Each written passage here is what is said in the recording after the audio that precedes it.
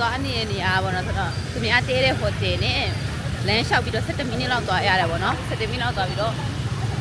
ဝါတာရှိုးပေါ့ဝါတာရှိုးဆိုပြီးနာမည်ကြီးတဲ့နေရာပေါ့နော်ဒါ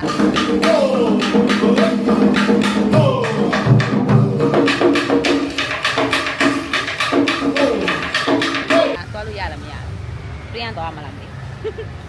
ပြီးတော့ဘူးဟိုနိုင်ငံလေလမ်းနေရတော့ကောင်းနေသလားတော့မဲ့ဆိုင်ကယ်တွေကတော့အရင်များလို့တော့လေလမ်းကူကတော့တော်တော်စိတ်ရှုပ်ဖို့ကောင်းတယ်ဟိုဘာလို့ညာသူတို့ရဲ့လေတလားသူများလာတဲ့အချိန်ကသူတို့ရဲ့နှစ်တစ်ကူရောက်တော့မဲ့အချိန်နဲ့တိုးတယ်လေအဲ့ဒါကြောင့်မလို့ဒီမှာတော်တော်များဆိုပွဲတော့အတော့ပြင်ဆင်နေကြတာထင်ပါရဲ့ခုသွားတဲ့နေရာလေးတလားလေRunning Man ကြီးတဲ့လူတွေဆိုရင်သိမှာဒီလား Running Man ကလေဒီကွမ်ဆူကိုလေဒီကွမ်ဆူအယူမဟုတ်ဘူးလို့ဟောတဲ့အခန်းလေအဲ့ဒီအခန်းမှာရေပေါ်ရှိုးလေအဲ့ဒီရှိုးအယုတ်ကလေးတွေနဲ့လှေကလေးတွေနဲ့ကြီးတဲ့ရှိုးအဲ့ဒီနေရာကိုသွားမှာ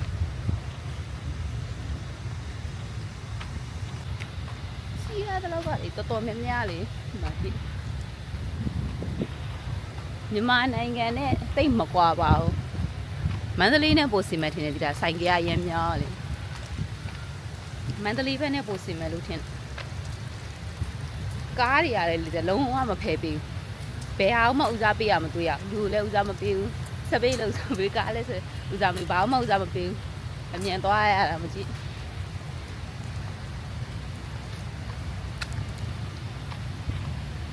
ငါတော့ပန်းကြံထင်တယ်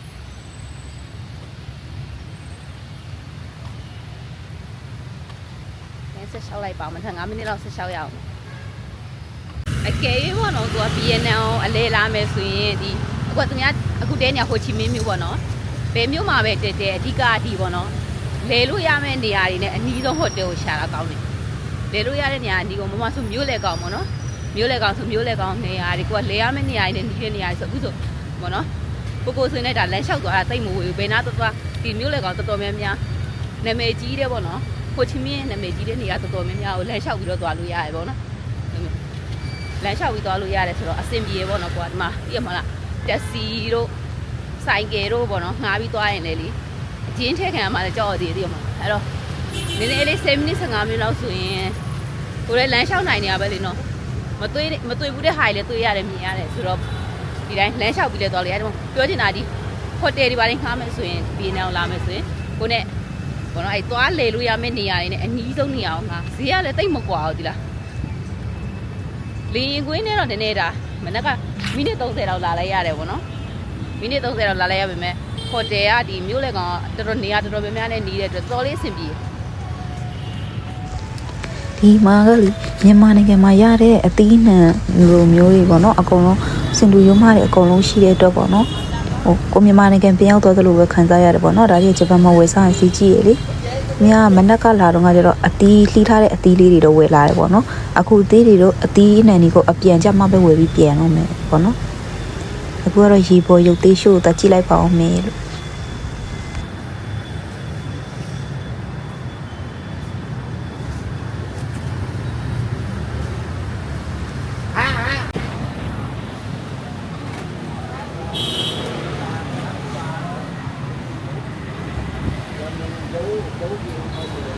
ရောက်လာပြီပေါ့နော်ဒီမှာလက်မှတ်ဝယ်ရမယ်ဒီပွဲက Google မှာပြထားတော့6နာရီမှစမယ်လို့ပြောရပဲဒီဒါလေးသူတို့ဒီပွဲလေးဟုတ်လားတော့မသိဘူးတစ်ချက်လက်မှတ်ဝယ်ရင်လည်းမေးကြည့်လိုက်အောင်ပါလက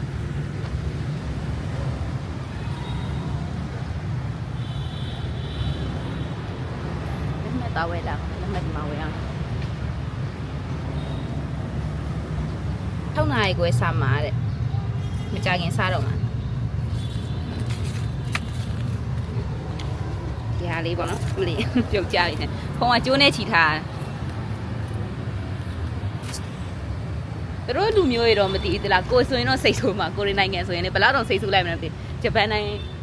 နေပြီးတော့လေဂျပန်လိုရေးထားတဲ့ပေါ့နော်ဂျပန်နိုင်ငံကထုတ်တဲ့ BNL ခရီးသွားစာအုပ်ပေါ့နော်အဲ့ဒီဟာဝယ်ထားအဲ့ဒီမှာဆိုရင်လေတော်တော်များများတခိုးခံရနိုင်ပါတယ်တတိထားပါပတ်စံကိုတေချာစစ်ပါရေးထားရသည်လားဖုံးဆိုကြိုးချီပါအဲ့လိုမျိုးရေးထားအဲ့တော့ ကိုလူမျိုးရေဆိုဘယ်လောက်တော့စိတ်ဆိုးလိုက်မလဲမသိလို့ကိုနိုင်ငံအထင်သေးထားတယ်ဆိုပြီးတော့လေအဲ့နော်ဝယ်ရတော့ဟုတ်ပြီဘယ်မှာကြည့်ရမှပြန်သွားပြီလားဟုတ်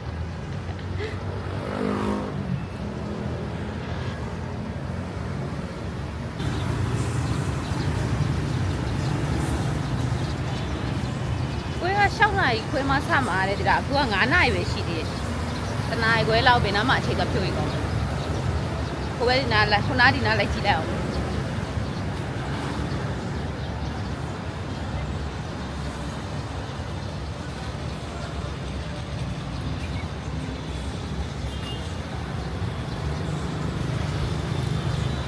သူတို့စာနေထားစပိုင်းထားတယ်တစ်ကူဟာဝယ်ချင်ပါ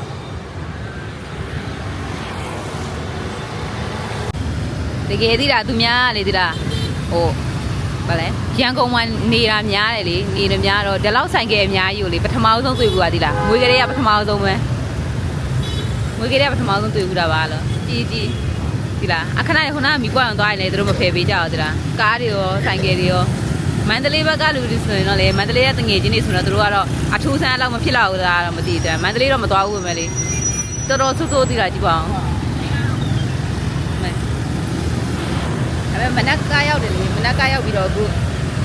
တရက်တော့မကြသေးပေမဲ့လေကျင်သားရတော့ပါကျင်သားမရရင်လည်းတိုက်ခံရမှာဆိုမြန်မာနိုင်ငံရဲ့စိုက်ကားနဲ့တူရည်သီလား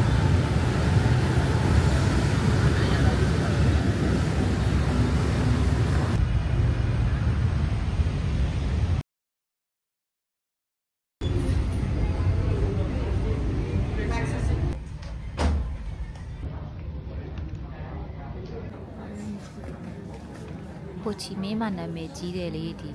ဝါတာရှိုးဆိုတဲ့ဟာကသူများဆိုတနာရီကျော်တော့ထဲရသေးလားတနာရီခွဲလောက်စောပြီးတော့လေရောက်ပြီးတော့လက်မှတ်ဝယ်ထားတော့ဆိုအနောက်ဆုံးမှရရသေးလားအများနောက်ဘူးမရှိတော့အများရှိမဟုတ်လို့ပြည့်အပြည့်ထင်တယ်သလားခရီးသွား agency တွေကကြိုပြီးတော့လက်မှတ်ဝယ်ထားကြရတယ်ထင်တယ်သလားငါတနာရီခွဲလောက်စောပြီးရောက်ပြီးတော့ဝယ်ရတော့လေလက်မှတ်ကအနောက်ရောက်ခေတ်က agency နဲ့ဝယ်တဲ့ဟာဆိုရင်တော့ပိုကောင်းတယ်ထင်တယ်နော်မသိဘူးဒါမှမဟုတ် internet ပေါ်ကနေ internet ပေါ်မှာ online ticket လေ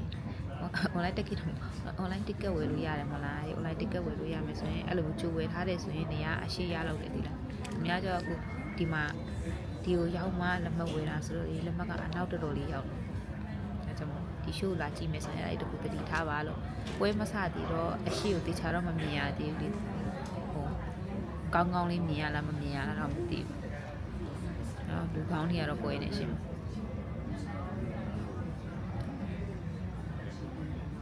တကယ်တော့ဒီ show လေး running man ကြည့်ပြီးလူတွေဆိုရင်သိရသေးလား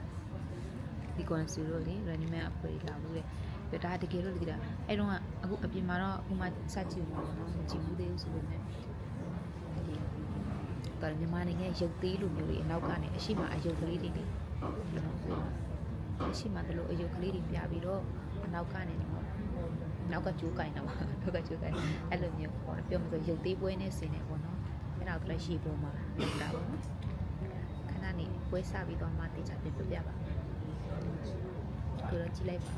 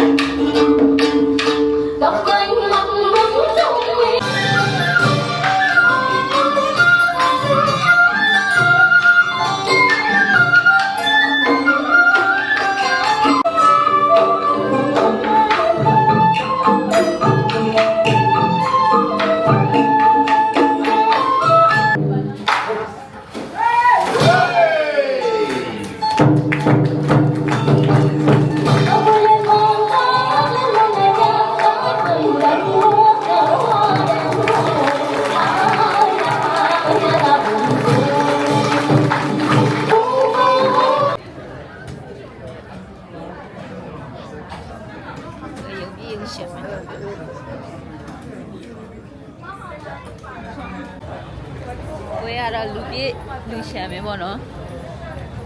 ပွဲကြည့်ပြီးတော့တီးလိုက်တာကမြမရုပ်သေးပွဲကကျတော့အပေါ်ကနေကျိုးနဲ့ကြိုက်ဆွဲတယ်မဟုတ်လားသူတို့ကကျတော့မဟုတ်ဘူးဒီအောက်ကနေတခုခုပေါ့ကျိုးသုံးမို့သုံးနေထင်တယ်ဒီလားနောက်ဆုံးပွဲပြီးတော့လေအနောက်မှာအဲ့မြမရုပ်သေးကြိုက်တယ်လို့မျိုးလည်းမျိုးလှုပ်တဲ့အနောက်ကကျိုးကြိုက်သူ4 5 6လောက်ကထွက်လာရဲဆိုတော့လေသူတို့ရဲ့နီးပညာလည်းမစိုးဘူးဒီလား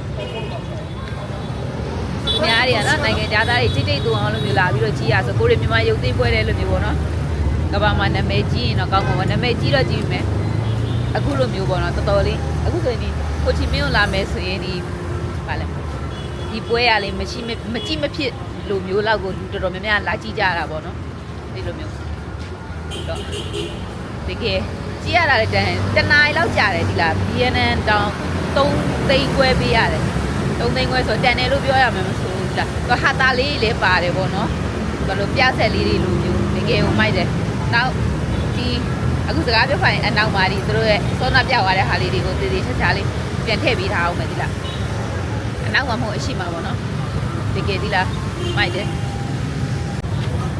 ဝါတာရှိုးကြည့်ပြီးသွားပြီဆိုတော့ဒီအိမ်ကိုပြန်မယ်ပေါ့နော်အိမ်ကိုမဟုတ်ပါဟိုတယ်ကိုပြန်မယ်ပေါ့နော်ဟိုတယ်ဆိုမဲ့ hostel ပေါ့ဟိုတယ်တော့မဟုတ် hostel ပေါ့နော်နည်းနည်းဈေးချိုတယ်သူကနှစ်ညအိတ်3ရက်ပေါ့နော်နှစ်ညအိတ်3ရက်ကိုမှရန်1400ပဲပေးရတယ်မြန်မာငွေနဲ့ဆိုဘယ်လောက်ကြာလောက်မလဲတော့မသိဘူးနော်ရန်1400လောက်ပဲရှိတယ်ပေါ့နော်ရန်1400ဆိုတော်တော်သက်သာတယ်လို့ပြောရမယ်အဲ့တော့ဆောနာတပြားအခုအဲ့ hostel မှာတဲပြီးတော့ရေမိုးချို့အခန်းထဲမှာကိုတည်ချာချာပါပြီးသားဒီလားတော်တော်လေးမိုက်တယ်1400အကုန်လုံးဒါဂျပန်မှာနေတဲ့ကလမ်းပြီးတော့အကုန်လုံးပို့ကီတင်ထားပြီးသားဆိုတော့လေစိတ်လဲစိတ်ချရတယ်လို့ဆိုရင်ပတ်စံလဲတာလေကိုယ့်ရဲ့3မိုးလောက်နည်းနည်းလောက်ပဲလဲတယ်ပေါ့နော်ကျန်တဲ့ဟာတော်တော်များများကိုရောရခုယူထားခဲ့ပြီးပို့ကီနေခဲ့ပြီးသားဆိုတော့လေရမ်းမိုက်တယ်ဒီလားအဲ့တော့ BNN ကိုလည်းလာလေကြပါလို့လာလေကြပါမဟုတ်လာလေသူရပထမဆုံးလာလေကြည့်တာဆိုပေမဲ့ပထမဆုံးပေါ့နော်မင်းကလေးတယောက်တည်းလေအနေရမဖြစ်ဘူးပေါ့နော်လို့တော်တော်များများကောင်းတယ်ကိုကဲလည်းအလုပ်လုပ်တယ်ဒီလားဒါကွာတနည်းရသွားချင်းဒီကိုကဲကိုထောက်ပြီးပဲသွားလိုက်တယ်ကိုဆိုရင်ကိုတော်တော်လေးအဆင်ပြေပေါ့နော်မနက်ကဘတ်စကားစီးလာတော့ငါကျတော့နည်းနည်းအချိန်လေးနည်းနည်းလွဲပြောင်းလေးနည်းနည်းရှိတယ်ပေါ့နော်နည်းနည်းမိနစ်ပိုင်းပေါ့နော်ကိုမြန်မာနိုင်ငံမှာလည်းအဲ့ထက်ကိုဆိုးတော့ပါအဲ့ထက်ကိုဆိုးတော့ဘယ်လာသေးဘူးမြန်မာနိုင်ငံမှာလည်းနည်းနည်းလွဲချုံလေးရှိရပါလေနော်4 5 6မိနစ်ကအဲ့လိုမျိုးတော့တော်တော်များများကိုကဲကတော်တော်များများမှန်နေဆိုတော့ကိုကဲကိုထောက်ပြီးပဲသွားပေါ့နော်ကိုကတော်များထိုင်းကြီးပဲသွားလေကြတော့ထိုင်းစားကြီးနေလားဒါမစိုးလို့ပြောမှာနော်